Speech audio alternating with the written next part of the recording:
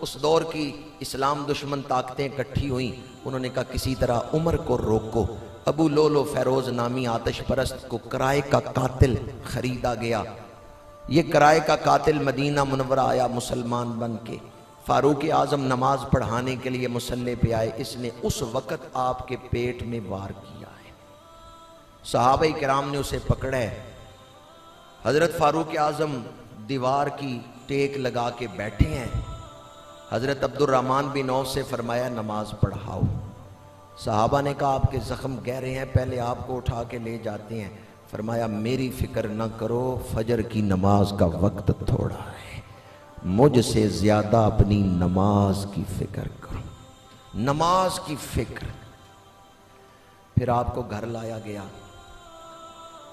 بلکہ حضرت مسور رضی اللہ تعالیٰ عنہ کہتے ہیں میں دوسرے دن گیا عیادت کرنے، تو امیر المومنین پہ چادر پڑی ہوئی تھی۔ جو اہل مجلس بیٹھے ہوئے تھے، میں نے کہا کیا امیر المومنین شہید ہو گئے ہیں؟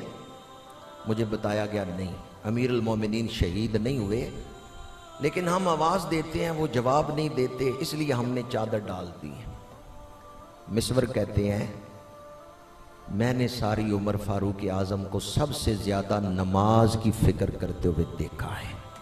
میرا خیال ہے اگر اس وقت ہم آواز دینا کہ امیر المومنین اٹھے نماز کا وقت ہو گیا ہے تو یہ جواب دیں گے۔ مسور آگے بڑھے، کہا امیر المومنین اٹھے نماز کا وقت ہو گیا ہے۔ حضرت فاروق اعظم نے آنکھیں کھول دی۔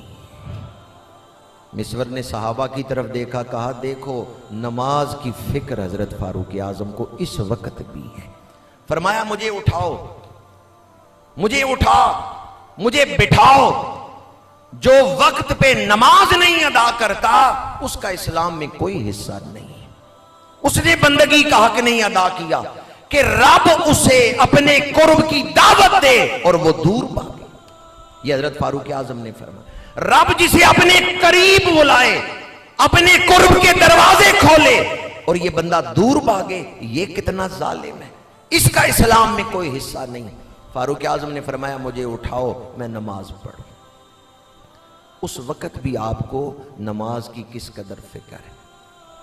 آپ نے وقت نہیں کہ میں تفصیل اور تشریح سے شہادت کے دیگر واقعات بیان کروں۔ ام المومنین حضرت عائشہ صدیقہ رضی اللہ تعالیٰ عنہ سے اجازت لی، آپ نے اجازت دی کہ یہ جگہ قبر کی میں نے اپنے لیے رکھی ہوئی تھی لیکن عمر اس کے حقدار ہے۔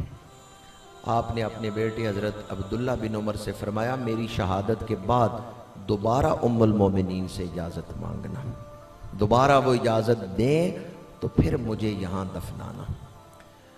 جب آپ کی تدفین ہو رہی تھی تو حضرت عبداللہ بن عمر فرماتے ہیں میرے کاندھے پہ کسی نے مضبوط ہاتھ رکھا، میں نے مڑ کے دیکھا تو وہ مولا علی تھے۔